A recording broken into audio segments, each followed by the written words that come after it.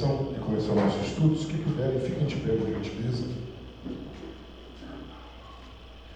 Senhor, nós queremos te agradecer, porque se passaram-se 9 meses deste ano, e em todos esses meses, nas semanas, nos dias, podemos contar, ó Pai, com a tua graça, com a tua misericórdia, que se manifestaram com provisão, com cura, com milagres, com sustento, com força, com esperança e com fé. Então nós te adoramos, ó Pai, pelos 9 meses que terminaram ontem. E desde já te adoramos, te agradecemos pelo primeiro dia do mês de outubro. Nesse mês, onde estaremos comemorando a Reforma Protestante. 594 anos, com 596 anos, que, ó Pai, voltamos à verdade da Tua Palavra. Muito obrigado. Ó Pai, queremos te agradecer, porque mais uma vez a porta foi aberta, as luzes estão acesas, iremos estudar a Tua Palavra. Ó Pai, nos capacite a entendê-la. Em nome de Jesus, amém. Amém? Podemos assentar, queridos. Queridos, estamos estudando sobre a igreja, doutrina igreja, o que é a igreja, os pontos de vista sobre a igreja. E hoje nós vamos fazer uma pincelada, uma revisão rápida, porque hoje tem muita coisa. Graças a Deus, estava preparando o estudo, tem muita coisa nova, muita coisa gostosa sobre a igreja. Então a primeira coisa que nós vamos estar revendo, só para a gente fazer o elo de ligação da semana passada com essa, a igreja e o reino de Deus. A primeira coisa que nós iremos é o seguinte: o reino de Deus, primeiramente, é um conceito escatológico. O que é escatologia? O que quer dizer a palavra escatologia? Estudo sobre as últimas coisas. Então, quando você ouve a palavra escatologia ou escatológico, está se referindo à ciência, à parte da teologia que estuda o que vai acontecer nas últimas coisas. Então, a ideia aqui do reino é o seguinte: o reino de Deus, ele vai se consumar nos últimos tempos, no fim dos tempos, nas últimas coisas, vem o reino de Deus. A ideia primordial do reino de Deus na Escritura é a do governo de Deus estabelecido e reconhecido nos corações dos pecadores. Então, a primeira coisa, o que é reino de Deus?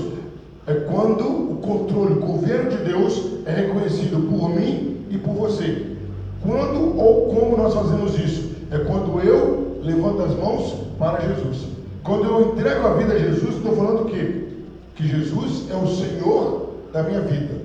As regras, as leis, principalmente a vontade dele é feita na minha vida. Quem lembra da oração que a gente chama de oração do Pai Nosso, oração dominical? Pai Nosso que estás nos céus, santificado seja teu nome, falso nome. Venha teu reino. Quer dizer, venha o seu governo, venha o seu domínio. Seja feita a tua vontade, assim como é feita no céu, seja feita aqui. Então, essa oração, eu estou falando o quê? Que eu aceito o reino de Deus na minha vida, certo? Aí esse reino de Deus, ele é implantado em nós pela ação do Espírito Santo, que nos traz a bênção da salvação. É um governo, em princípio, realizado na terra, mas que não chegará à sua culminação antes do visível e glorioso retorno de Jesus Cristo. O reino de Deus começou onde? Em mim e em você, quando eu aceitei, quando nós aceitamos a Jesus. Ele só vai ser concluído 100% quando Jesus voltar. Então o reino de Deus é concluído 100% quando Jesus voltar lá do céu para julgar todas as nações. A sua realização atual é espiritual e invisível. Então o reino de Deus já está aqui? O reino de Deus já está aqui. Aonde o reino de Deus está? No meu coração e no seu coração. Então hoje o reino de Deus é espiritual. E não apenas espiritual, lógico, por ser espiritual, ele também é invisível. Jesus ensinou com clareza e a realização espiritual atual e caráter universal do reino. Quer dizer, o reino de Deus é em todas as nações. Como assim, pastor? Tem gente no Japão que aceitou Jesus? Tem gente? Sim ou não? Sim. Tem gente na Inglaterra? Tem. Tem gente na Índia? Tem nada. Então o reino de Jesus, o reino de Deus é universal, porque ele está espalhado em todo o universo. Jesus ofereceu a bendita esperança da futura manifestação do reino de Deus em glória externa. Então, o que quer dizer? O reino de Deus começa aqui em mim, mas ele vai continuar no futuro. Ele vai continuar no futuro, certo? Nós vamos ver aqui alguns conceitos da história do reino, algumas concepções históricas do reino. Primeiro, para os pais primitivos da igreja, o reino de Deus era o bem supremo e uma entidade futura e a meta do presente desenvolvida na igreja. Então, os primeiros cristãos viam o reino de Deus como o bem supremo e era uma entidade futura. Então, eles viam o reino de Deus como algo que viria. Só viam o reino de Deus como um futuro. Mas o reino de Deus já está aqui entre nós. Aí nós vamos começar a traçar um paralelo, uma comparação entre o reino de Deus e algumas características da igreja.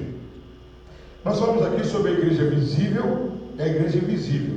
O que seria a igreja invisível? Os verdadeiros cristãos, os verdadeiros convertidos a Jesus Cristo. E a igreja visível são todos aqueles que são membros da igreja.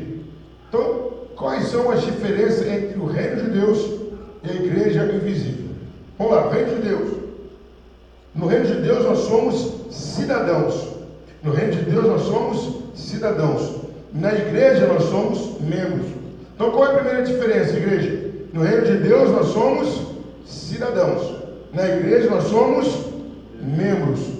No reino de Deus, eu achei isso interessante. Deus em Cristo é nosso governador. No reino de Deus, Deus em Cristo é nosso governador. Na igreja, nós somos separados por Ele e Ele é a nossa cabeça. Então, como o reino de Deus, Deus é o nosso governador.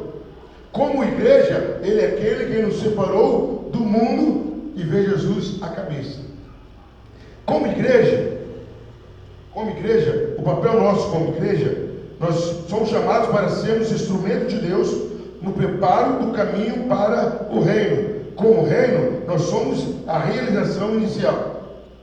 Então, eu como igreja, qual é o meu papel como igreja? Preparar as pessoas para entrarem no reino de Deus. Eu como estando no reino, eu já sou a prova da iniciação do reino de Deus. Certo? Então, o reino de Deus e igreja invisível. Agora, o reino de Deus e igreja visível. Qual é a comparação? Qual é a igualdade? Certamente se pode dizer que a igreja visível pertence ao reino, faz parte do reino e até constitui a mais importante corporação visível das forças do reino. Foi o que eu falei semana passada, que a gente está fazendo, apenas estamos recapitulando. Cada igreja aberta é o que? Manifestação do reino de Deus. Então, quando uma igreja fecha, independente da igreja que seja, temos que nos entristecer, porque aquela igreja que fechou é uma demonstração que naquela região o reino de Deus não conseguiu se impor. E aí eu até comentei semana passada que muitos pastores, muitas pessoas cometem um erro muito grande, um equívoco muito grande. Qual é esse equívoco? Que acha que a igreja daqui é concorrente com a igreja de lá. Não. Quando alguém se converte na igreja, ele vai para qual lugar? Para o reino de Deus. Então, independente da igreja, todos fazem parte do reino de Deus. É isso que nós temos em mente. Eu estou na igreja presbiteriana, eu estou na igreja metodista, eu estou na igreja batista Nova Aliança. Você é cidadão do reino dos céus. Certo? A igreja visível serve de instrumento para estabelecimento e a extensão do reino. Então, como que é que o reino cresce? É através de nós entregando folheto, chamando carro de som, trabalho evangelístico, visita. É assim que o reino cresce. É através de nós, chamando pessoas para o reino. Bom, agora nós vamos ver, agora é um assunto novo para hoje. A igreja e as diferentes épocas da Bíblia. Primeira época, no período patriarca. Aí, queridos, muitas pessoas cometem o seguinte equívoco, cometem a seguinte fala. Tem muita gente que acredita que a igreja surgiu. Vamos fazer uma pergunta aqui? Vou responder agora não. Na sua opinião, quando começou a igreja? Quando surgiu a igreja? A ideia de igreja, quando Deus começou a ver a ideia de igreja. Vamos lá, vou deixar um tempo para vocês pensarem. É a opinião sua, não é que você tem que acertar ou errado. Quando, na sua opinião, quando começou a igreja? Vamos começar pelos mais novos, Gabriel. Está pensando, ontem já acabei de pensar. Irmão Zé Pereira.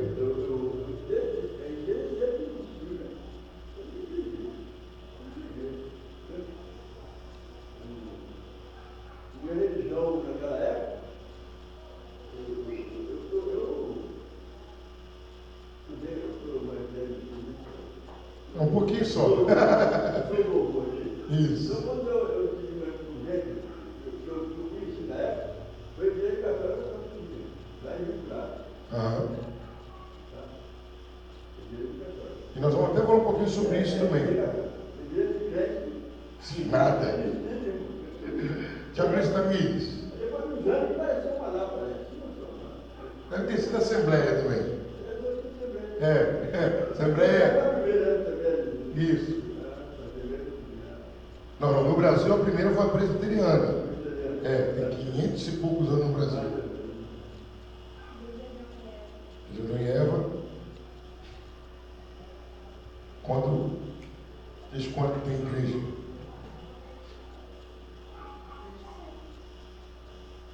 A resposta dos três está certa. Desde sempre existe igreja. Por que desde sempre, pastor? Qual é a ideia de igreja? Reunião de pessoas que estão buscando a Deus. Aí, na época dos patriarcas, quem são os patriarcas? Os primeiros pais da nação. Quem eram os primeiros pais? Adão, Noé, Abraão. Essas pessoas são chamadas de patriarcas. Então, Adão, Noé, Abraão, Isaac, Jacó, esses são chamados de patriarcas. Então, na época desses homens, no período patriarcal, as famílias dos crentes constituíam as congregações religiosas. A igreja era mais bem representada nos lares piedosos, onde os pais serviam de sacerdote. Então não tinha aquela reunião em templo. Tinha o quê? As famílias eram dirigidas pelos pais, que ali era invocado o nome de Deus. Um dos exemplos disso, vamos abrir nossas Bíblias, Gênesis capítulo 4, versículo 26. Gênesis 4, 26. Isso, capítulo 4, versículo 26. Quem achou pode ler. Capítulo 4, versículo 26.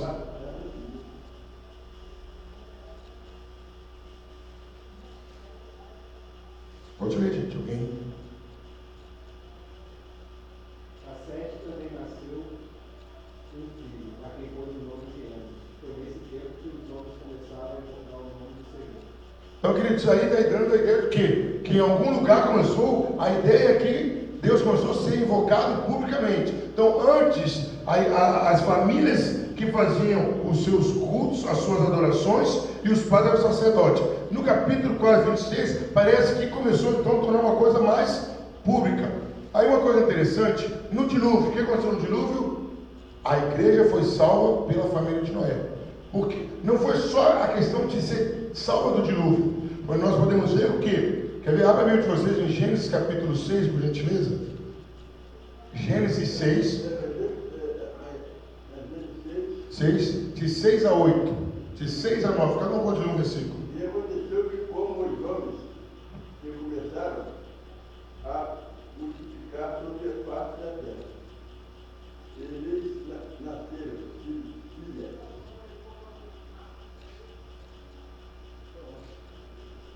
Viram os filhos de Deus que as filhas dos homens eram formosas e tomaram para si mulheres. Agora o 7, 6, 7. Então arrependeu-se o Senhor de haver feito o homem sobre a terra, e isso lhe pesou no coração. Pode ler o 8.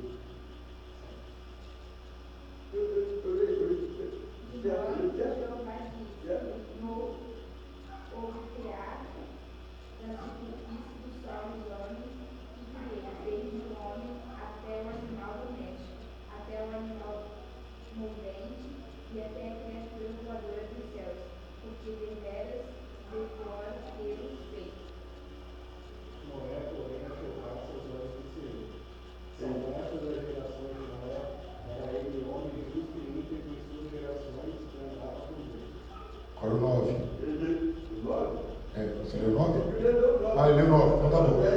Leu 10. Ele gerou Noé 3 filhos, 6 cãos e da 6 cãos e da 7. É cão mesmo. É cão mesmo. Então, queridos, o que aconteceu aí? A terra, nessa época, estava toda corrompida. A única pessoa que achou graça, que estava agradando a Deus, foi Noé. Então, a única pessoa que representou a igreja foi Noé. Então, quando eu falei que a igreja foi salva na família de Noé, não foi só salvo do dilúvio, foi salvo daquela corrupção. O dilúvio veio para acabar com a carnalidade, com o pecado intenso que estava tendo naquela época. Certo? Então, período patriarca, era reunido as famílias e em Noé foi salvo. Aí veio Abraão. Na época de Abraão, a igreja voltada para Deus estava começando a se perder. Por que estava começando a se perder? A idolatria, a produção de muitos deuses era muito grande. Tinha muitos deuses. Então Deus começou em Abraão a definir a igreja. Abra sua Bíblia em Gênesis capítulo 12, por gentileza.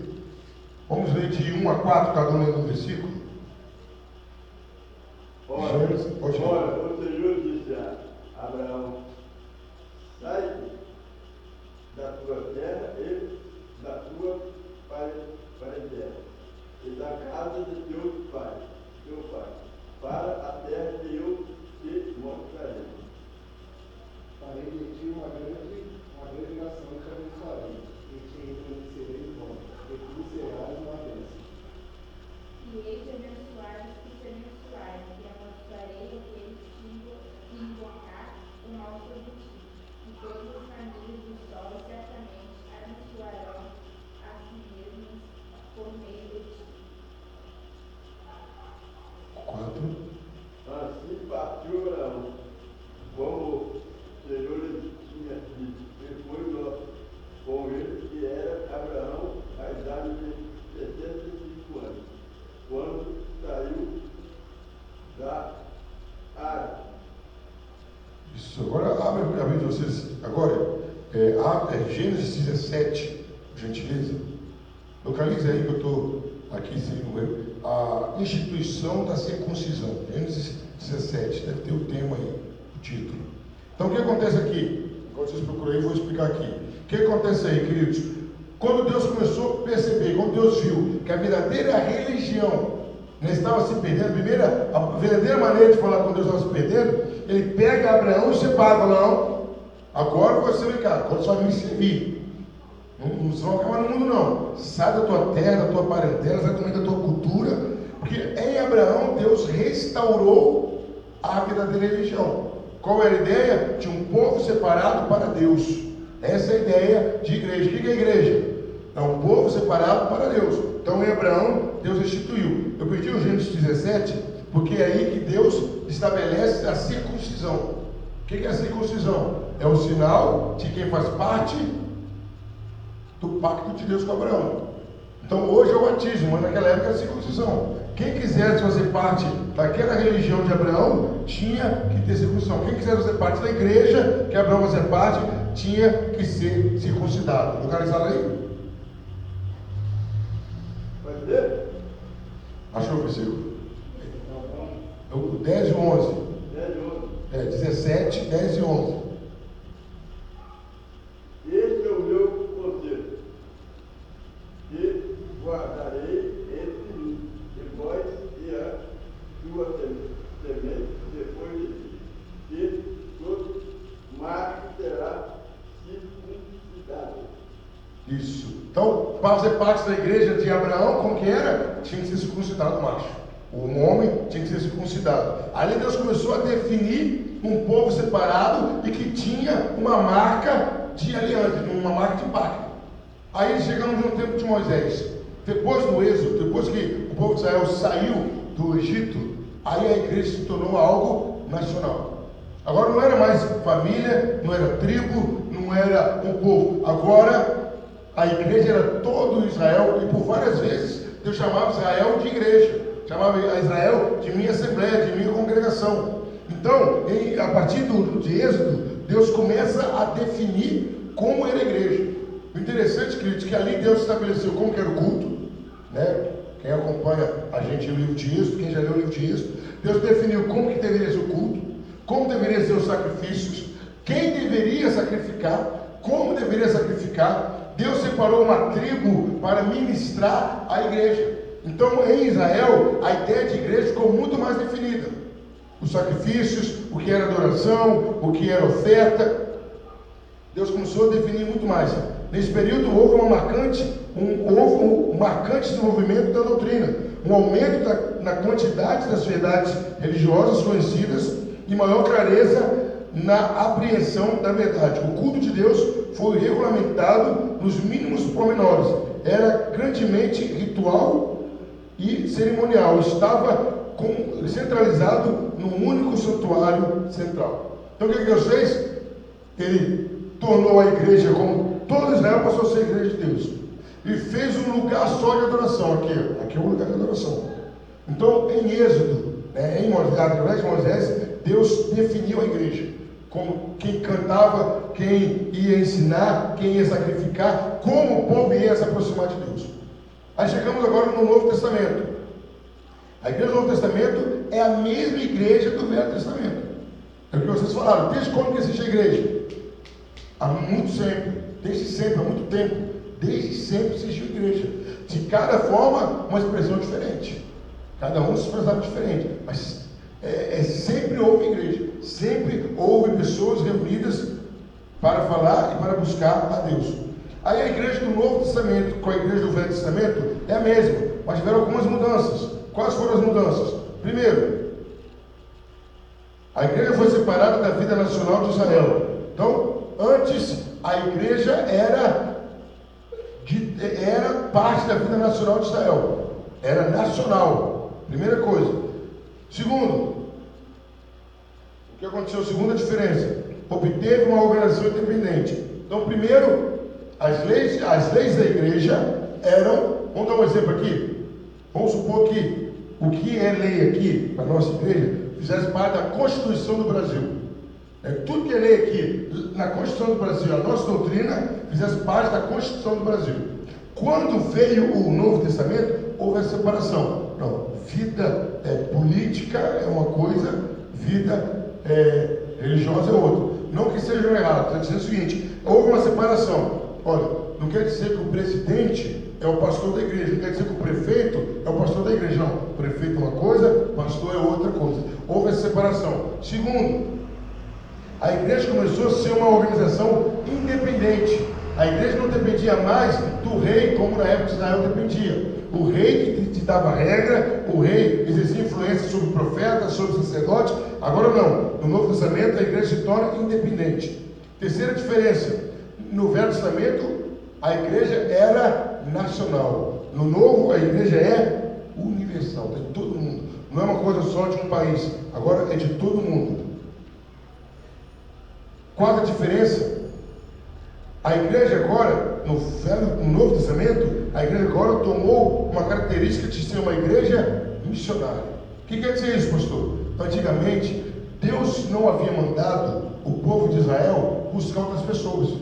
Não tinha isso. A igreja era só o povo de Israel. Ponto final. Agora não. No Novo Testamento, qual é a ordem de Deus? Ir por todo mundo, pregar o Evangelho. Vamos ver dois textos diferentes. Mateus 28, 18 a 20 e Marcos 16, 15 e 16. Mateus 28, 18 a 20 e Marcos 16, 15 e 16. 18 a 20. Isso, Mateus 28, 18 a 20. 18 a 20. E Marcos 16, 15 e 16. Ok? Cada um lê um texto. Irmãos Abelhão leu Mateus 28. Você achou Marcos? Tá vendo? Procura Atos 1:8. Mateus 28, 18 a 20. Isso. Já uma Bíblia aqui. Vamos lá então? Chegando assim, Jesus falou, dizendo: dado todo o poder no céu e na terra. Continua, até o 20. Portanto, ensinai todas as nações, batizados em nome do Pai e do Filho e do Espírito Santo, ensinando-os a guardar todas as coisas que eu vós tenho mandado. E eis que eu estou convosco todos os dias, até a consumação das 2 séculos. Amém. Aqui que Jesus falou, ide e ensinai a todas as nações. Antes, no Velho Testamento, como que era? Só Israel. No Novo Testamento, agora a igreja tem que se tornar missionária. A igreja tem que buscar discípulos em todas as nações. Agora Marcos 16, 15 e 16. E disse-lhes: ide por todo o mundo, e pregai o evangelho a toda criatura. Quem crer e for batizado será salvo, mas quem não crer será condenado. Olha a diferença. A igreja no Velho Testamento era restrita, fechada para Israel. Agora não. Agora ide e pregai o evangelho a toda criatura, em todo mundo, a toda criatura. Agora Atos 1:8, depois eu lê Romanos 10, versículo 15 e 16, por gentileza. Mas ao chegar sobre vós o Espírito Santo, recebereis poder e sereis testemunhas de mim, tanto em Jerusalém, como em toda a Judéia e Samaria, e até a parte mais distante da terra. Então, olha só, começa falando de Jerusalém, Judéia, Samaria, Galileia e até os confins. Então agora a igreja do Novo Testamento não é mais Israel, é o universo. Aonde tiver gente é para pregar o evangelho. Mas Romanos 10, 15 e 16.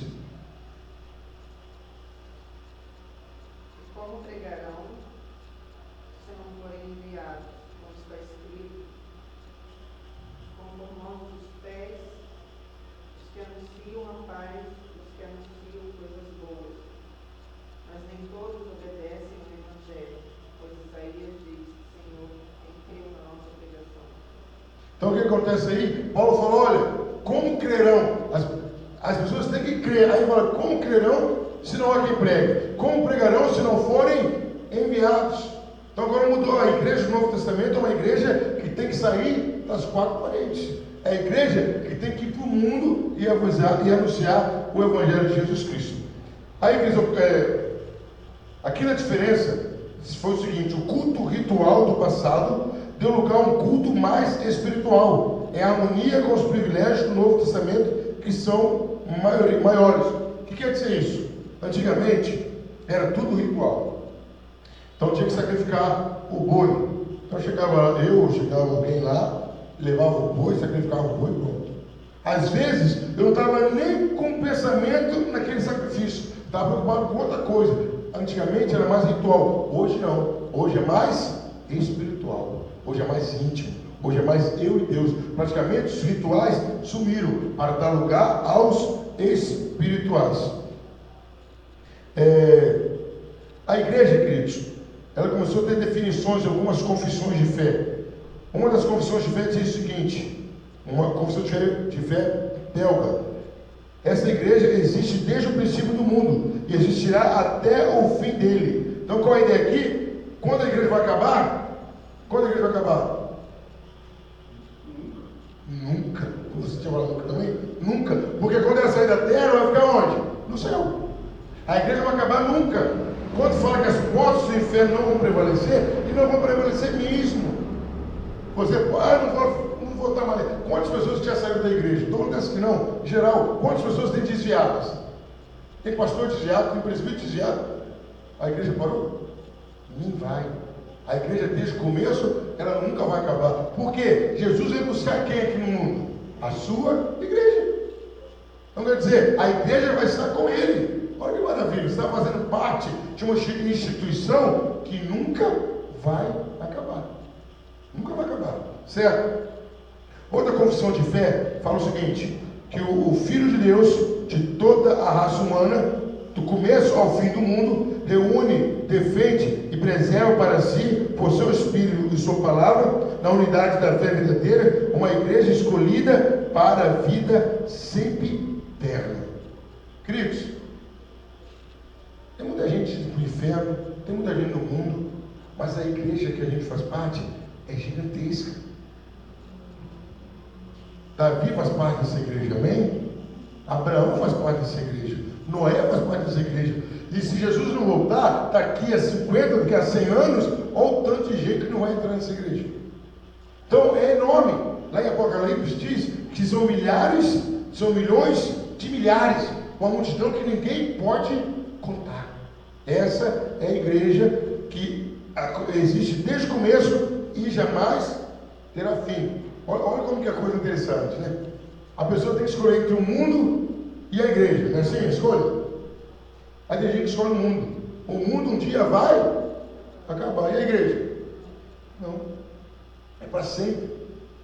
Nunca mais vai acabar a igreja. Jesus vai voltar. Primeiro, Jesus veio por causa da igreja. Ele vai voltar por causa da igreja. Olha como que é esse tal de igreja importante. Ele veio por causa dela e vai voltar por causa dela. Morreu por causa dela e vai resgatar essa mesma igreja.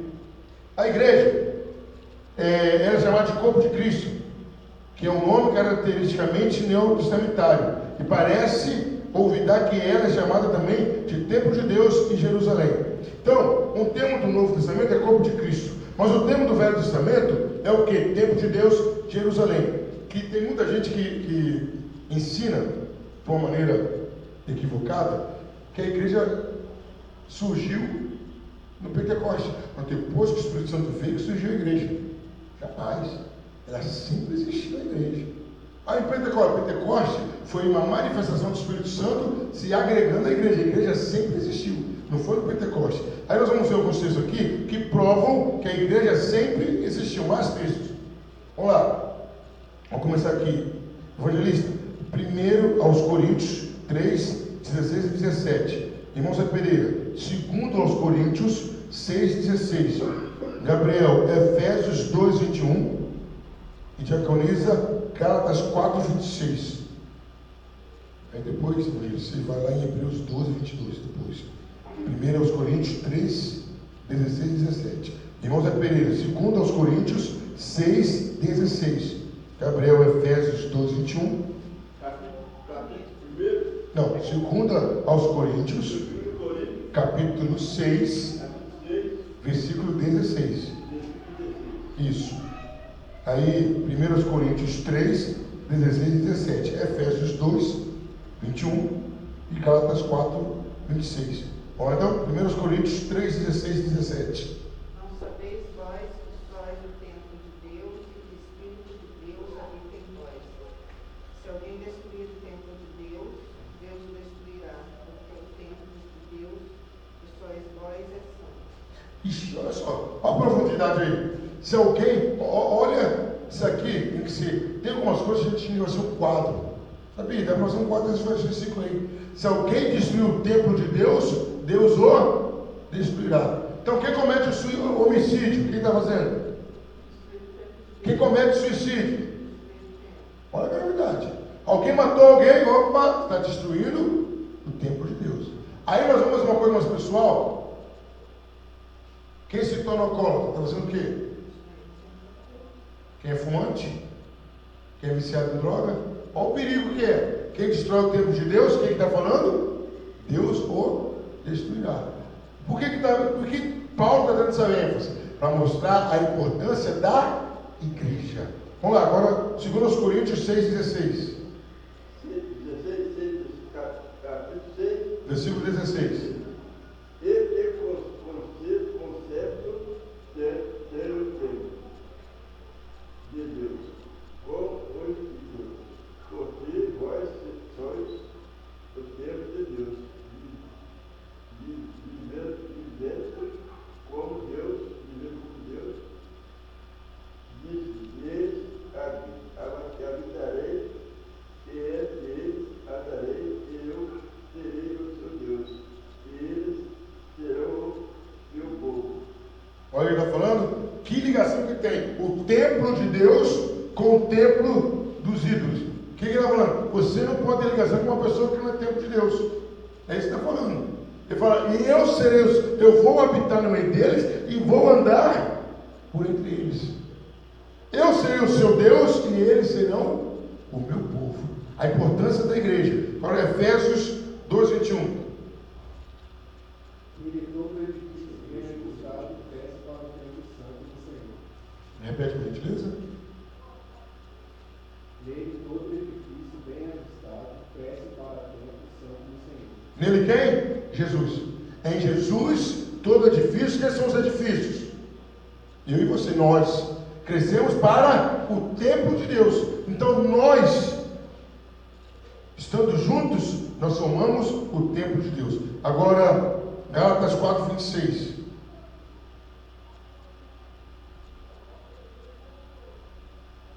Mas a Jerusalém fica em mim, e ela é a nossa mãe. Quem é Jerusalém de cima? A igreja. E ela é nossa mãe. Então quer dizer, nós estamos ligados a ela. A Jerusalém de cima é o quê? É sinal que tem uma igreja aqui e tem uma igreja que já está no céu, já tem uma igreja no céu. Quando você morrer ou eu morrer, ou quando Jesus vier, ele vai reunir essa igreja. A que está na terra é a que está no céu. Então já tem uma igreja no céu que é a Jerusalém. Certo? Agora Hebreus 12, 22. Enquanto isso, irmão Zé Pereira, pode procurar por gentileza Josué 8,35. Gabriel, Esdras 2,65.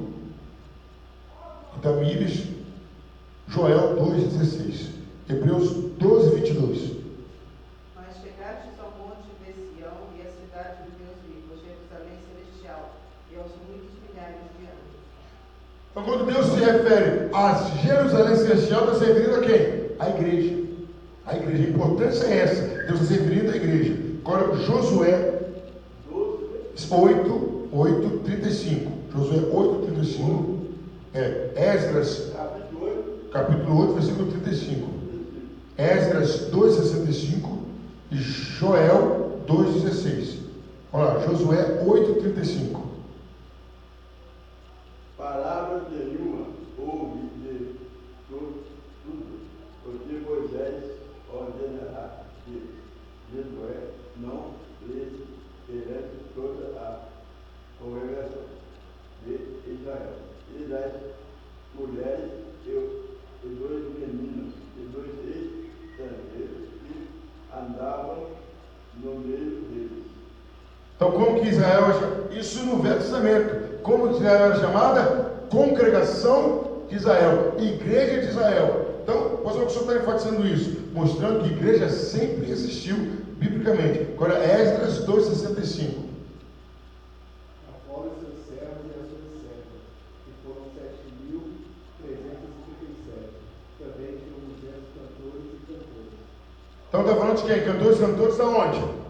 De um grupo de coral? Não, da congregação de Israel, da igreja. Agora Joel 2,16.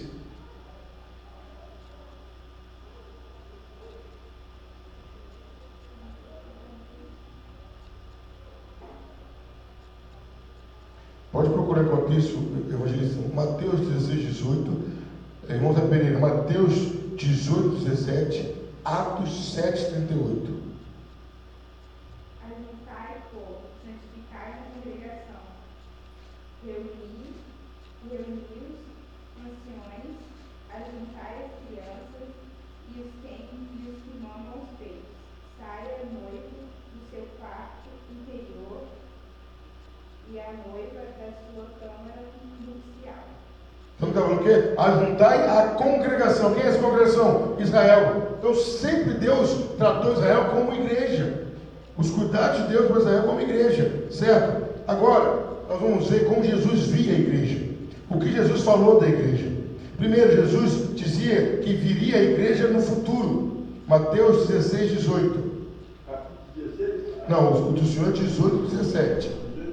Da evangelista 16, 18. Pode ler. Pois também eu te digo que tu és Pedro, e sobre esta pedra edificarei a minha igreja, e as portas do inferno não prevalecerão contra ela. Então, olha, tu és Pedro, Jesus está falando com Pedro, e sobre essa pedra, a declaração que ele fez, qual foi a declaração? Tu és o Cristo, o Filho de Deus vivo. Edificarei a igreja, quer dizer, Jesus já estava vendo a igreja no futuro, certo? Agora, Mateus 18, 17. E se não as escutar, dizer ou a igreja. E se também não escutar a igreja, considerar só como gentil e publicano. Aí Jesus está falando sobre disciplina. Olha, seu irmão ficou contra ti, você vai aí. Não te ouviu? Leva um testemunho. Não te ouviu? Fale à igreja. Jesus estava vendo a igreja como algo presente na época dele. Então Jesus vê a igreja futura, vê a igreja presente. E essa expressão aqui eu acho a mais linda. Eu achei bonita essa expressão aqui. Atos 7, 38.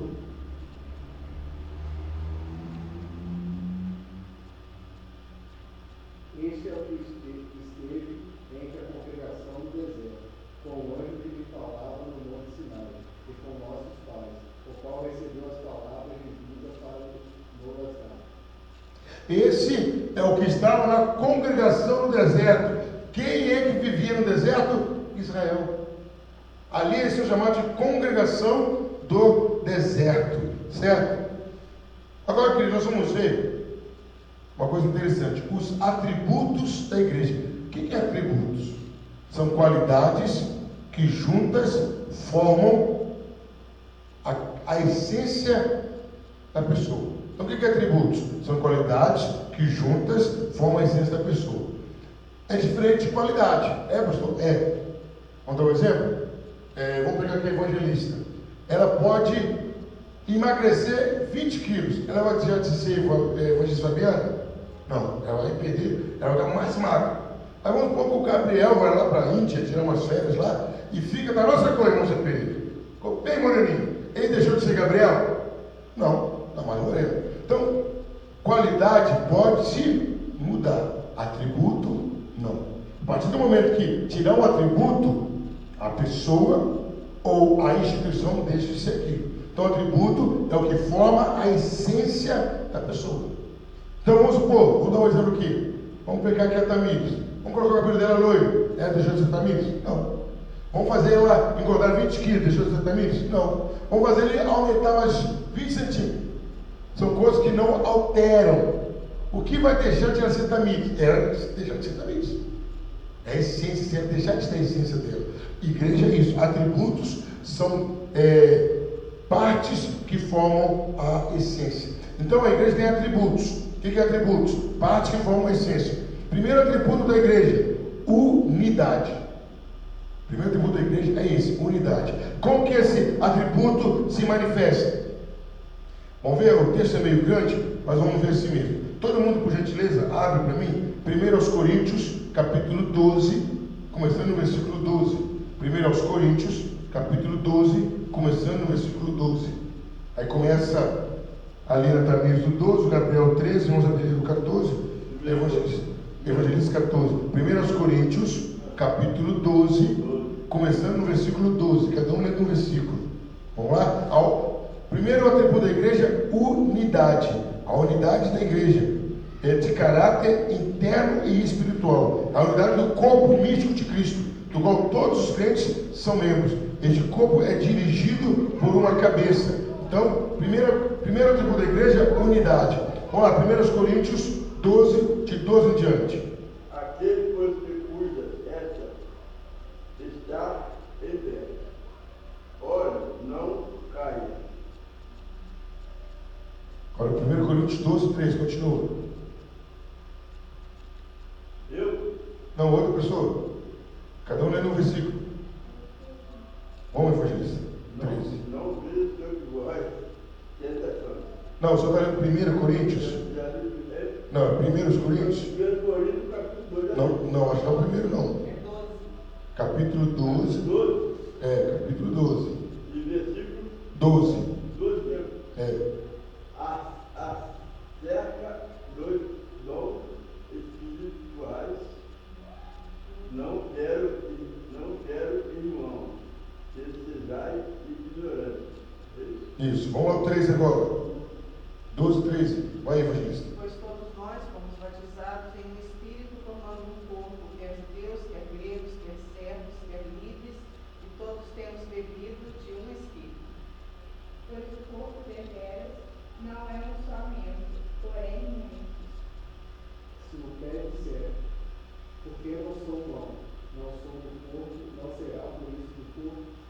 qual é a ideia aí desse texto todo? A gente for ler até o 31. Que a igreja é corpo, é unidade. É unidade, é unida. Aí o versículo falou o quê? Pegou grego, judeu, escravo, livre e formou um corpo. Aí ele continuou falando, olha, não são vários corpos. É um corpo com vários membros. E é essa visão, queridos, vamos abrir um parênteses aqui, que a maioria perdeu. A maioria perdeu. A igreja dali está com problema, eu não olho para aquela igreja e falo, vai acabar fechando. Quer dizer, eu estou torcendo contra o corpo que eu faço parte. Aos olhos de Deus isso não é agradável. Quantos líderes religiosos na televisão que atacam outro líder religioso, fala mal do outro, isso não agrada a Deus. Não é só não. Quantos pastores de bairros, um ataca o outro, é errado. É tudo o mesmo corpo. É igual, é uma cena até engraçada. Só vão pegar e começar. Então a barriga bem feita aí. É o mesmo corpo. Está prejudicando a si mesmo. Então, quando um membro de uma igreja, um pastor de uma igreja, se levanta contra o outro para falar do outro, está prejudicando o corpo. É isso, é essa unidade. Então, o primeiro atributo da igreja é unidade. Qual o primeiro atributo da igreja? Nossa Deus, essa unidade tem que ser mais forte. Qual o primeiro atributo da igreja? Unidade. Segundo atributo da igreja, santidade. A igreja é absolutamente santa no sentido objetivo, isto é, como ela é considerada em Jesus Cristo. A igreja é dita por santa perante Deus. Vamos definir a palavra santa? O que quer dizer a palavra santa? Separada. A igreja é formada por um grupo de pessoas que Deus tirou do meio do mundo para colocar para servir. Isso é a palavra separada. Todos nós somos santos. Por quê? O que quer dizer a palavra separada? A palavra santo? Separada. Eu me separei do mundo, você se separou do mundo, você abriu mão das coisas erradas e Deus nos chamou para viver uma vida separada para Ele. Então o segundo atributo da igreja é santidade. Na hora que a igreja não tiver santidade, ela não é igreja. Na hora que a igreja não tiver unidade, ela não é igreja. Uma coisa interessante, uma vez eu fiz uma viagem para a Bolívia, eu era seminarista, no ano de 90. Cheguei lá, numa igreja Assembleia de Deus, em Cochabamba, não antes. Esqueci a cidade antes de Cochabamba. Santa Cruz de la Serra. Santa Cruz de la Serra. Cheguei lá, mal e mal a gente fala português, não é verdade? Português autêntico ninguém fala. Mal e mal falando português. Cheguei lá, estou falando em castelhano, espanhol, em outra língua. Mas quando eu me identifiquei como cristão, e eles se reconheceram, na hora que eles se arrumaram um quarto, dormi, prepararam o que eu comer, dormi lá, o ônibus só ia sair à noite ou no outro dia, não lembro bem, fiquei lá o tempo todo. Mas por quê? É aquela unidade, é aquela unidade. Se chegar um japonês aqui e se identificar como cristão, ele vai ter guarida. Se a pessoa for um verdadeiro cristão, vai ter guarida. Essa é a unidade da igreja. Às vezes nós temos mais unidade com os chilões do que os tibetos, né? Os tibetos são tão solidários assim não.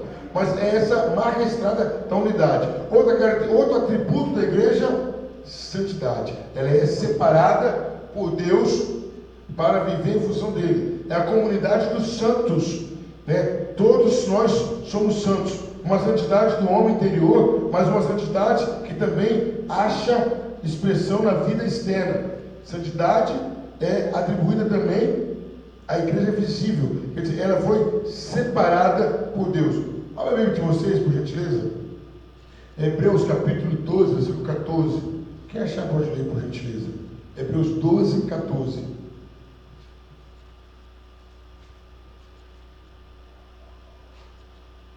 Segue a paz com todos e a santificação, sem a qual ninguém verá o Senhor. Sem a santificação, ninguém verá o Senhor. Tem que ter santificação. Sem a santificação, ninguém vê a Deus. É característica da igreja. Aí, queridos, vamos fazer uma coisa assim? Alguém pode pegar uma água para mim rápido? Tem uma água aqui, não sei nem. Não é de hoje, não. Né? De domingo. Está fresquinho, então. Domingo está fresquinho. É mais um pouco de quem não se Hebreus 12. Hebreus 12, já leu, Hebreus 12, 14. Já leu. Tá? Só um, male um. Mas lá obrigado. Aí Deus dá graça, é misericórdia. Mas o que me salvou foi isso. Se eu não fosse cristão, eu já ia passar na perda. Por ser cristão, facilitou bastante. Agora nós vamos falar, queridos, o primeiro atributo, unidade. Segundo atributo, santidade. Terceiro atributo, e até uma palavra usada muito equivocadamente, católico. Fala assim, você é católico ou é crente? Cara, eu sou católico, está errado. Está errado? Está errado. O que quer dizer a palavra católico? Universal. A palavra católico quer dizer universal. Então, a palavra católico não pode ser denominado numa religião. A palavra católico quer dizer universal. Então, eu já falei isso semana passada, vamos repetir. O nome da igreja é Igreja Católica Apostólica Cristã. O que quer dizer? Igreja, reunião, assembleia. Igreja Católica, uma assembleia universal, de todos os povos. Apostólica, foi fundada pelos apóstolos. Cristã, tem base em Cristo. Então, quando alguém, vamos começar a perguntar isso. Eu sou católico, meu querido. Católico todo mundo é. Não é. Você quer dizer a palavra católico?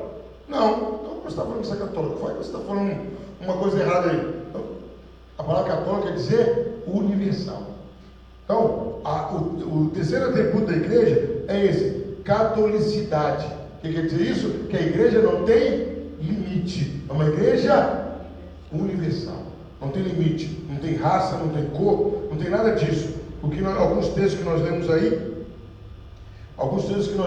que mostra isso, que é uma igreja universal. A ideia é o seguinte: a igreja invisível é primordialmente a real igreja católica, porque inclui todos os crentes da terra, de toda e qualquer época particular, sem nenhuma exceção. Então, já tem crente no céu japonês, não já tem indiano lá no céu, tem japonês, tem alemão, tem escocês, tem brasileiro, tem argentino. Então, é uma igreja universal. A igreja invisível tem crente de todas as nações. Então, a palavra católica quer dizer universal. Não pode ser denominada a religião, certo? Então, quais são os atributos da igreja? Quem já decorou? Unidade.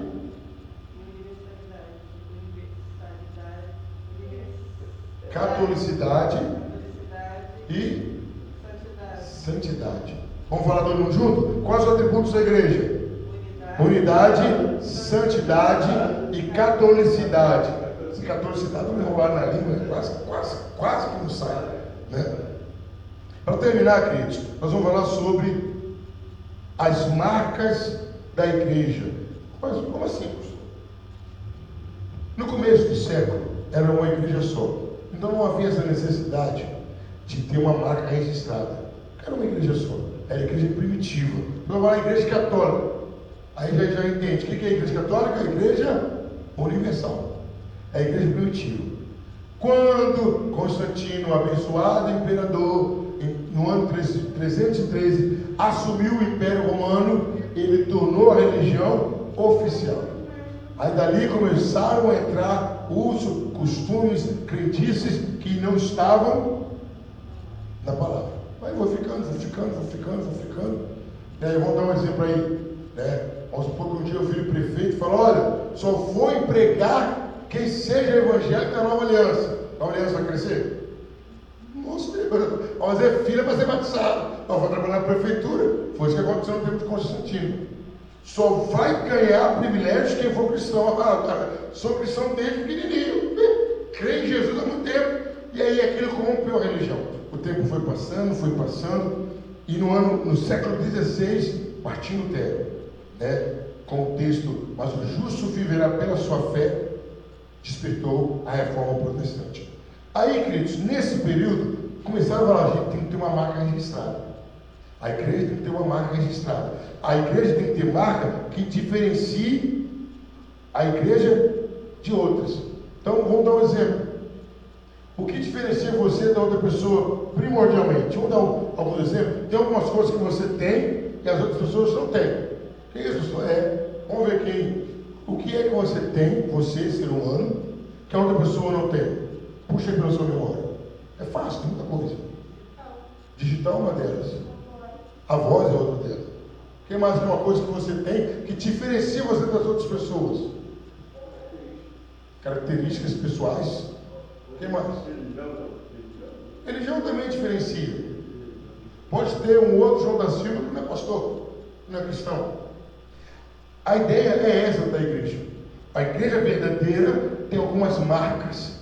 E essas marcas diferenciam a igreja de outras. São marcas particulares. Primeira marca: fiel pregação da palavra. Qual é a marca de uma igreja verdadeiramente? É a igreja que prega a palavra, fiel ao que a palavra diz.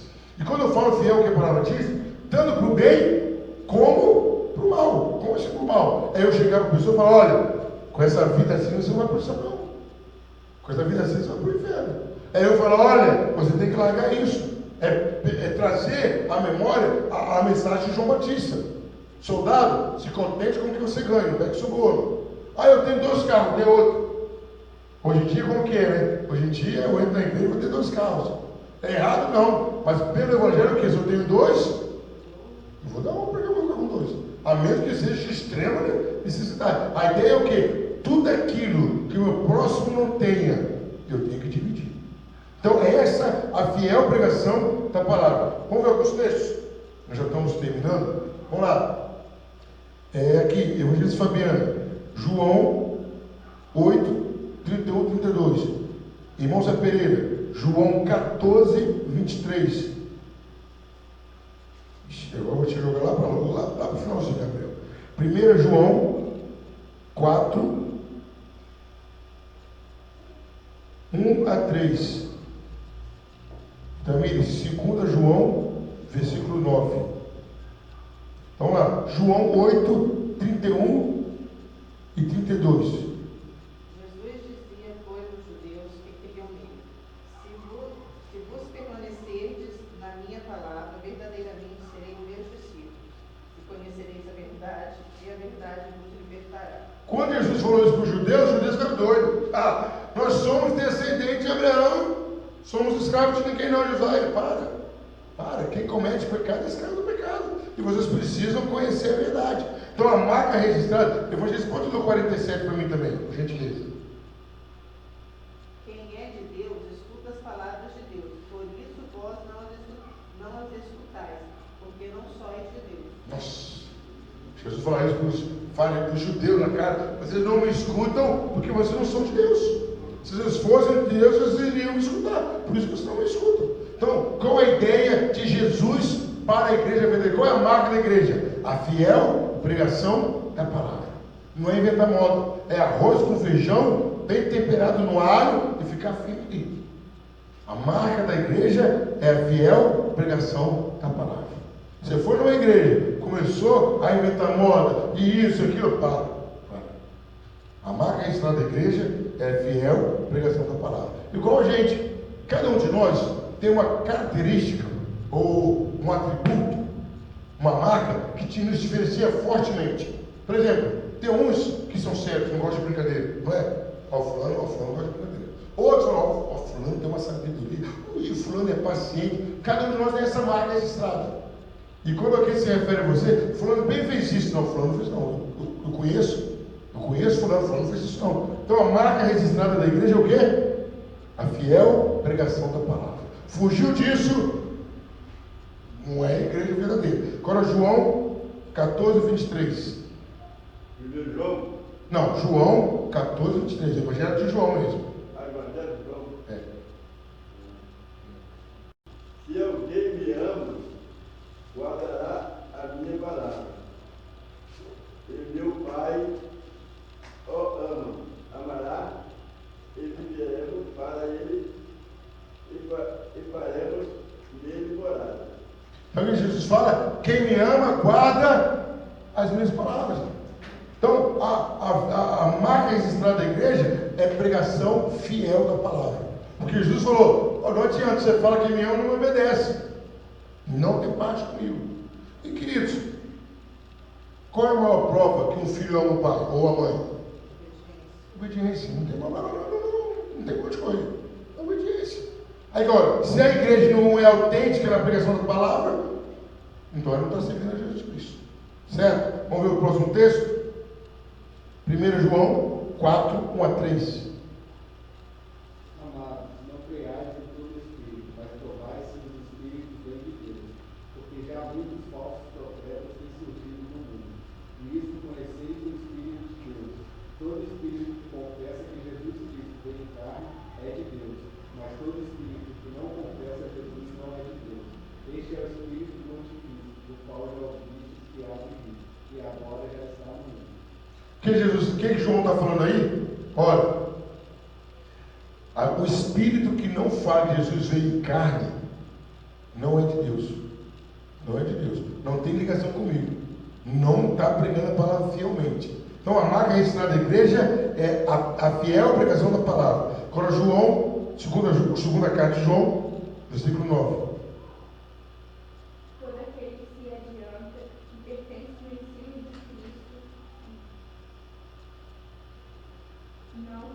não tem Deus.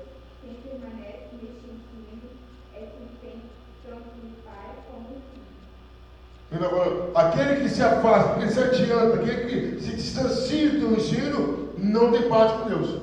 Mas aquele que fica, tem parte com Deus. Então, primeira marca da igreja, a fiel pregação da palavra. Qual a primeira marca da igreja?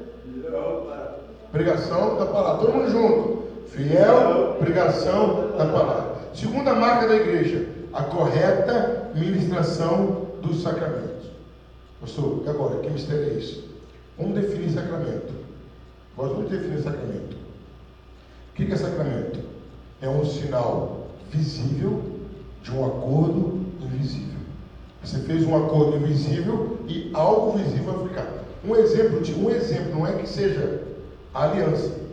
Você vê o amor de um para com o outro? Não. Você vê o compromisso? Não. Mas isso aqui simboliza que alguém tem compromisso. Opa, a pessoa está comprometida. A pessoa está comprometida. Então, a ideia do sacramento é o quê? É que alguém fez um acordo com Deus. São dois sacramentos: batismo e Santa Ceia. Batismo significa o quê? Que eu entrei em acordo, em comunhão com o povo de Deus. E a Santa Ceia, o que é isso? Está falando que eu continuo em comunhão. Aí vem uma coisa interessante. Quem sabe de qual pode falar, quem não souber, olha na Bíblia. Marcos 16. O que diz lá? Gente, não sabe de qual, gente. Então vamos lá, vamos ter que decorar isso aí. Marcos 16. Marcos 16. Acho que é para o outro lado, irmão Zé Ferreira. É antes. Novo Testamento. É o segundo livro do Novo Testamento. Quem crê que foi batizado será salvo, mas quem não crê será condenado. Então o que está falando aí? Não é o batismo que salva, é crer. Quem crê e for batizado, será salvo. Quem não crê, pode até ser batizado, não será salvo. Então, por que está falando assim? Qual a marca registrada? A correta ministração dos sacramentos. Porque tem igreja que ensina que quem não é batizado é salvo. A ideia do batismo é um símbolo que a pessoa foi purificada. Mas é um símbolo, ela foi purificada não na água do batismo, ela foi purificada no sangue de Jesus Cristo. Pastor, onde o senhor leu isso? Simples. Abra a Bíblia de vocês, 1 João, capítulo 1, versículo 7. Finalzinho do Novo Testamento, primeira carta de João, 1:7.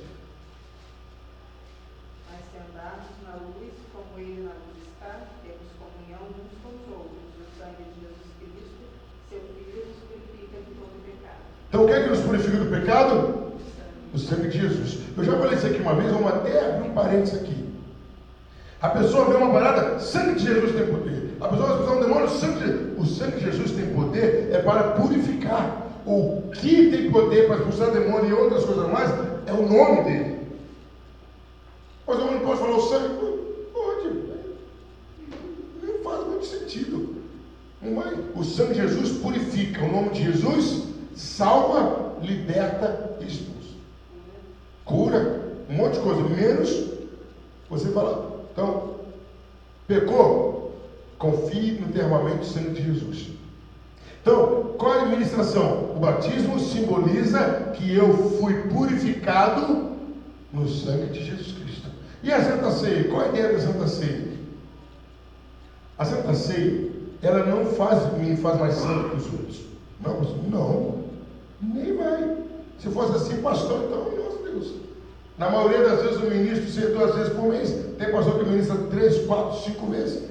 Não. A ceia não santifica, a ceia é para os santificados. Aí, a ceia não fortalece a igreja, a ceia é para os fortalecidos. Então, qual é a ideia da ceia? É que eu estou em comunhão com Cristo. Não é que eu passo tempo, não. O pão simboliza o corpo de Cristo, não é o corpo de Cristo. E o cálice simboliza o sangue, não é que seja o sangue de Cristo. E quem diz lá, bebei dele todos. Vamos ver alguns textos? Vamos lá sobre isso.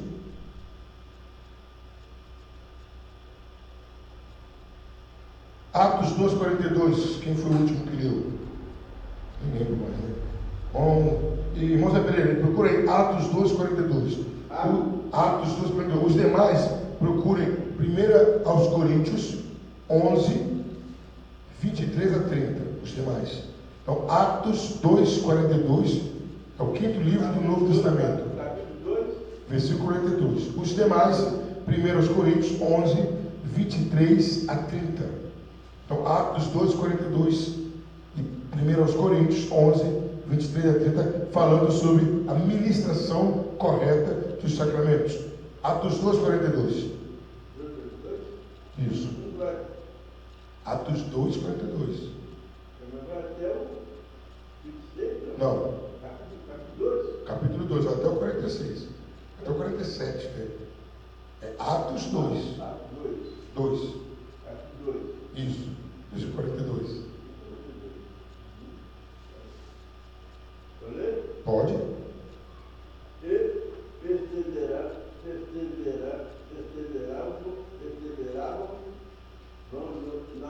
na doutrina dos apóstolos, e na comunhão e no partir do pão, e nas orações. Isso. Então perseveravam no partir do pão. Era a ministração da ceia. Agora vamos lá. 1 Coríntios 11, 23 a 30, começando na evangelista, cada um ali no versículo. Porque eu recebi do Senhor e também vos ensinei. O Senhor Jesus, na noite em que foi traído, tomou o pão. Tendo dado graças e partiu e disse: isto é o meu corpo que é entregue por vós. Fazer isto em memória de mim. Ele fez o mesmo e também a respeito ao povo. 11, Depois de tomar 23. a refeição noturna, dizendo: este copo significa o novo pacto e virtude do meu sangue. Antes em fazer isso todas as vezes que bebeis em memória de mim. Porque todas as vezes comerdes este pão e beberdes este cálice, anunciais a morte do Senhor até que venha. Foi no 28 agora? 27. Portanto, qualquer que comer o pão ou beber o cálice do Senhor, indignamente será culpado do corpo e do sangue do Senhor. Primeiro, aprove o homem depois. Capítulo 11, versículo 30 agora. Qual é o 30? Isso. 31 agora? 30. 30.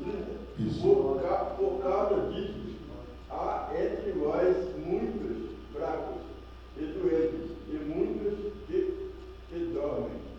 Porque se nós nos julgássemos a nós mesmos, não seríamos julgados. Pode parar aí. Qual é a ideia da Santa Ceia? Em memória de mim. Quando você vê isso no convite de casamento, numa placa, qual é a ideia da expressão em memória? Que a pessoa não está presente, está morta. Então a Santa Ceia é o que? Em memória, quer dizer, não está ali. Então Jesus não está ali fisicamente. Jesus não está fisicamente ali. Ali está sendo lembrado. A Santa Ceia é para lembrar que Jesus morreu na cruz, certo? O pão é para lembrar que ele foi crucificado. O cálice é para lembrar que o seu sangue foi derramado. Aí uma coisa interessante, tem muita gente que comete equívoco.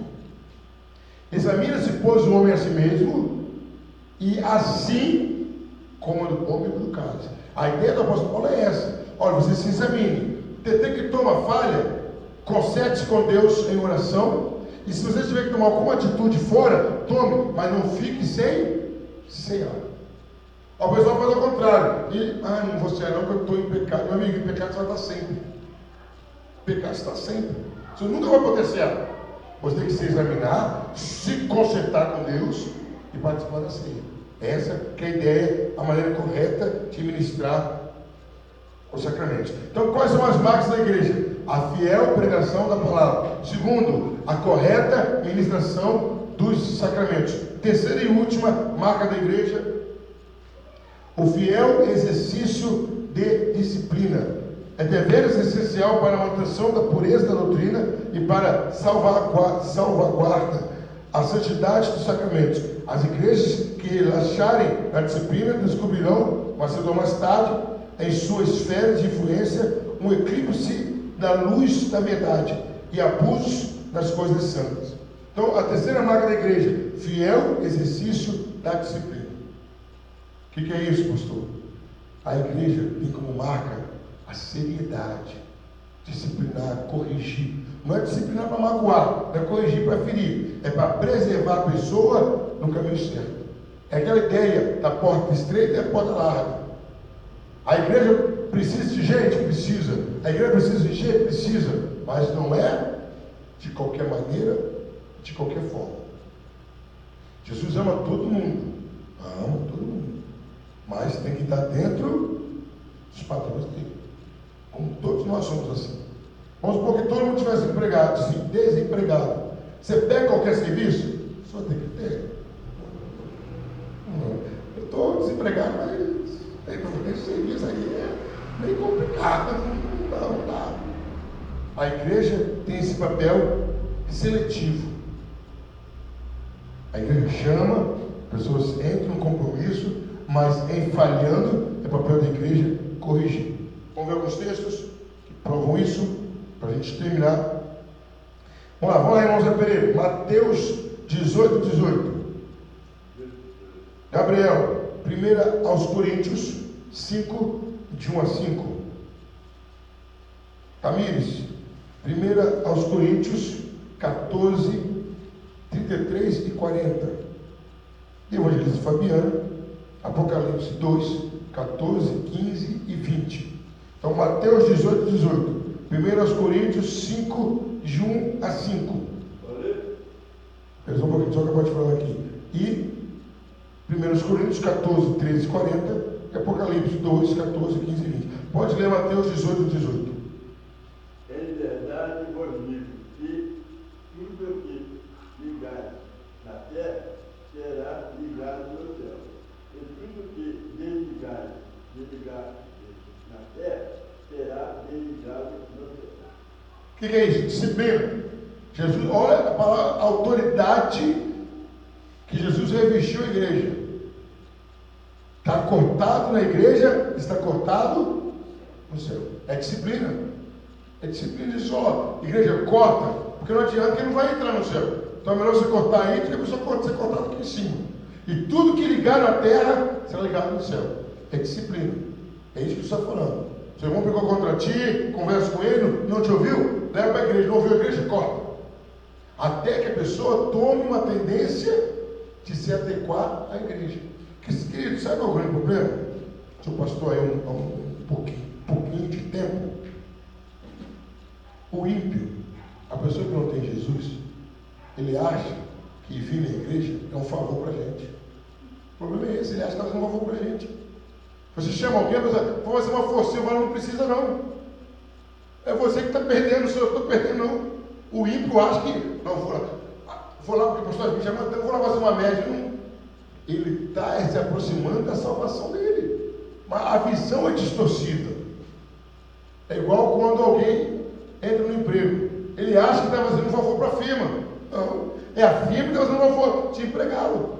Quando a pessoa foi para a igreja, não é favor para a igreja, é favor para ele. Se ele não estiver na igreja, ele não vai para o céu. É simples, certo? Agora 1 Coríntios 5, de 1 a 5. Geralmente se ouve que há entre vós imoralidade, em imoralidade tal como nem mesmo entre gentios. Isto é, haver quem abuse da mulher de seu pai. Estais fechados e nem ao menos vos entristeceis, para que fosse tirado do vosso meio quem cometeu tal ação. Eu, na verdade, ainda que ausente no corpo, mas presente no espírito, já determinei, como se estivesse presente, que o que tal ato praticou, em nome de nosso Senhor Jesus, junto vós e o meu espírito, pelo poder de nosso Senhor Jesus Cristo. Seja entregue Satanás para a destruição da carne, para que o espírito seja salvo no dia do Senhor Jesus. Leu 13 para mim também. Mas Deus julga os que estão fora, tirai do meio de vós a esse ímpio. O que Paulo falou? Olha, vocês não estão nem tristes com a pessoa que cometeu o pecado entre vocês. Tira da comunhão. Entrega o corpo a Satanás. Que isso? Estou entregando o corpo, para ver se pelo menos a alma é salva. Já que a pessoa é dominada pela carne, para a lavatura de Paulo, ele falou: faz quando eu estou aí. A minha opinião é essa: corta essa pessoa. Corta, tira da comunhão. Porque do jeito que ela está, prejudica a igreja e prejudica ela. Aí eu falei: tira do meio, que Deus vai julgá-lo fora de vocês. Paulo quer dizer o seguinte: se ele estiver aí no meio, vai sobrar para todo mundo. Se você tirou, é ele e Deus. Isso aí é disciplina na igreja. Agora, 1 Coríntios 14, 33 e 40. Pois Deus não é Deus de desordem, mas de paz, como em todas as congregações cristãs. 33 e 40? 40. Mas que todas as coisas ocorram decentemente e por arranjo. Que está falando aí, Paulo falou: Deus não é Deus de confusão, nem de bagunça. Que tudo que acontecer seja com ordem e decência. Quer dizer, tem alguém tumultuando? Tira. Tem que fazer igual o Capitão Nascimento. Um dia eu estava vendo o finalzinho, resolvi o finalzinho. Mas eu vou decorar: fulano, pede para sair. Não está aguentando? Pede para sair. Porque se você ficar, você não desenvolve. A ideia é o que? A marca registrada da igreja é essa. A igreja está chamando, mas o que acontece muitas vezes, queridos? Há uma acomodação. Quando você disciplina o seu filho, qual é o seu papel como mãe, como pai? É colocar para fora de casa? Não. Você disciplina, mas vai o quê? Conversar. Meu filho, eu, por exemplo, em casa sou assim. Graças a Deus tem um tempinho que eu não preciso fazer isso não. Coloca alguém de castigo e fala: meu filho, minha filha, sabe o que está de castigo? Aí ele: não sei. Pode ser que não sabe. Mas eu explico, tem paciência. Você está de castigo por isso. A ideia da disciplina é corrigir para a pessoa voltar. Não é para abandonar a pessoa. Tem muitas igrejas que fazem o quê? Disciplina e exclui, abandona a pessoa. Não. A pessoa disciplinada é a pessoa que tem que ter mais atenção, para que ela possa voltar. Porque ela caiu por fraqueza. A mulher quis, não foi fraqueza. Então você tem que dar atenção para ela. Certo? Terminando, Apocalipse 2, 14, 15 e 20. Mas umas poucas de coisas tem contra ti, porque tens lá que seguem a doutrina de Balaão, o qual ensinava Balaque a lançar tropeços diante dos filhos de Israel, para que comessem dos sacrifícios da idolatria e se prostituíssem. Assim tens também os que seguem a doutrina dos nicolaítas, o que eu aborreço. Enquanto você pensa um pouquinho, procura aí Apocalipse 3, 18. Vou continuar. Isso. Mas tenho contra ti que toleras Jezabel, mulher que se diz profetiza, ensinar e enganar os meus servos, para que se prostituam e comam dos sacrifícios da idolatria. Então o que está falando aí? Contaminação. Tira esse povo, está contaminado? Tira esse povo. Isso é disciplina, isso é ordem. A marca registrada da igreja é essa. Ela chama o pecador, mas ela quer que o pecador viva conforme a palavra de Deus. Apocalipse 3, 18 e 19. Aconselho de mim, compre ouro, provado no fogo, para que se enriqueça e vestidos brancos, para que se vistas e não apareça a vergonha da tua nudez. Porque ungais os teus olhos com olívio, para te desejais. Eu repreendo e castigo todos quantos amam. E se pois zeloso e arrependido. O que Jesus está falando? Eu disciplino e castigo a quantos amo.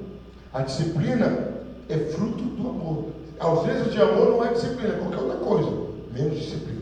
Certo? Então a marca registrada da igreja, fiel exercício da disciplina.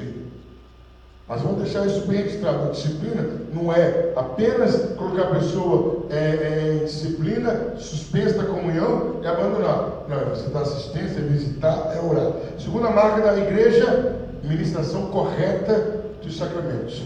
E a marca primordial da igreja, fiel pregação da palavra. Amém? Semana que vem nós vamos falar sobre o governo da igreja. Depois nós vamos falar outros assuntos ligados à igreja ainda.